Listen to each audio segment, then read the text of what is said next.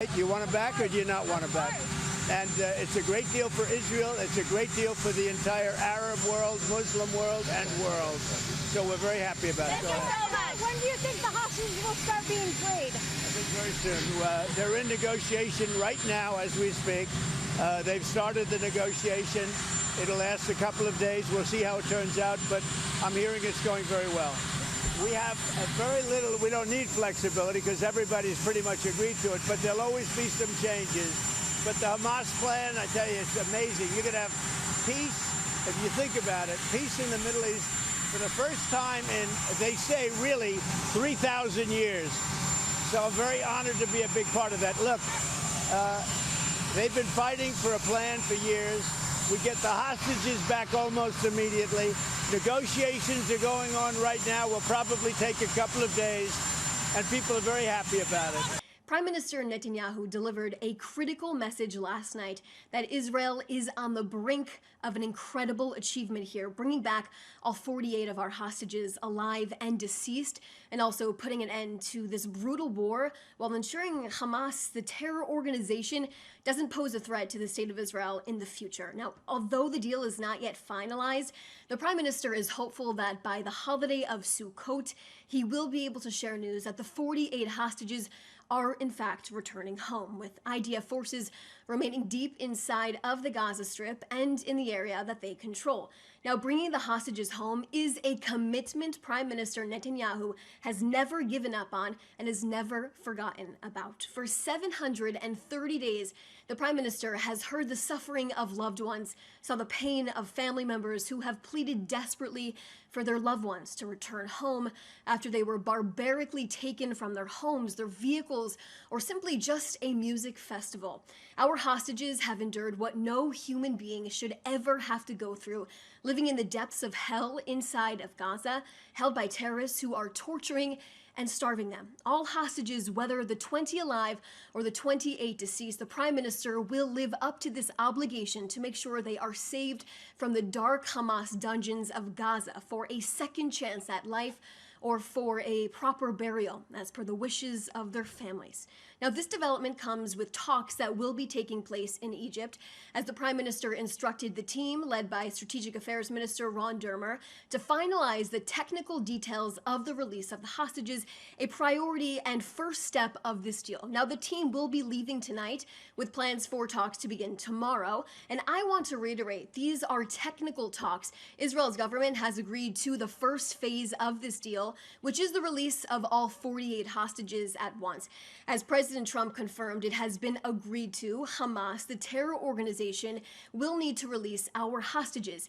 Israel's team of negotiators will be meeting in Egypt to iron out these very specific details on the first phase right now. Now, the Prime Minister has also made it clear that in an agreement with the Trump administration, talks will be confined to a few days maximum, with no tolerance for maneuvers that will delay talks by Hamas. Israel is standing by the 72-hour deadline from the moment all details are solidified with Hamas and will be ready immediately to receive all of our hostages.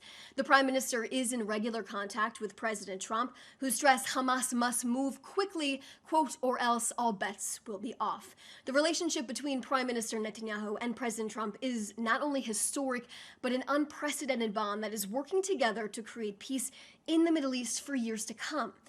With coordination between both leaders, Prime Minister Netanyahu has turned the tables here, leading to diplomatic moves that have now isolated Hamas, not only inside of Gaza by their own people, but by Arab and Muslim countries as well.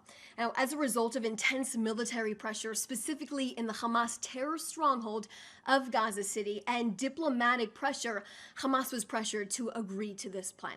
The Prime Minister said this deal would happen in two stages, with the first one being the release of all of the hostages and the redeployment of IDF forces in this initial withdrawal line. The second stage of this deal will be the disarmament of Hamas and the demilitarization of the Gaza Strip, which the Prime Minister says will happen either through a diplomatic channel, according to the Trump plan, or by a military route by Israel.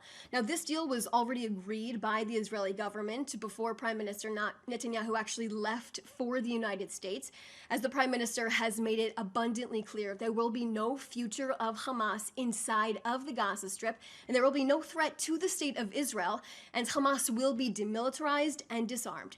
Prime Minister Netanyahu was explicit in saying this. This will be achieved the easy way, or it will be achieved the hard way. But either way, the end result will be achieved. Do you want it back or do you not want it back? And it's a great deal for Israel. It's a great deal for the entire Arab world, Muslim world, and world. So we're very happy about it. When do you think the hostages will start being freed? I think very soon. They're in negotiation right now as we speak. They've started the negotiation. It'll last a couple of days. We'll see how it turns out, but I'm hearing it's going very well. We have very little, we don't need flexibility because everybody's pretty much agreed to it, but there'll always be some changes. But the Hamas plan, I tell you, it's amazing. You're going to have peace, if you think about it, peace in the Middle East for the first time in, they say, really 3,000 years. So I'm very honored to be a big part of that. Look, they've been fighting for a plan for years. We get the hostages back almost immediately. Negotiations are going on right now. Will probably take a couple of days, and people are very happy about it. דוד, אני רוצה לברך אותך. זו פגישת העבודה הראשונה בינינו. יש הרבה עבודה, ואני מאחל לך הצלחה עצומה. כי באמת, הצלחתך, ביטחון המדינה. Israeli Prime Minister Benjamin Netanyahu congratulated newly appointed head of Domestic Intelligence Service, Shin Bet. דוד, אני רוצה לברך אותך.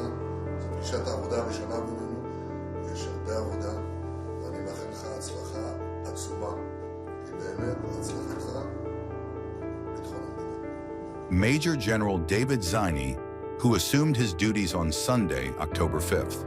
The Israeli government on Tuesday, September 30th, unanimously approved the appointment announced by Netanyahu in May.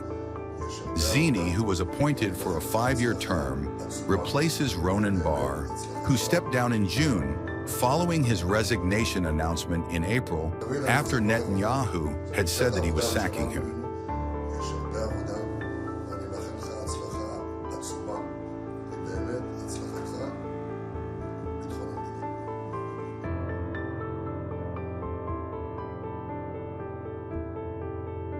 Israel's Supreme Court later ruled that decision as illegal and contrary to law, according to Israeli media.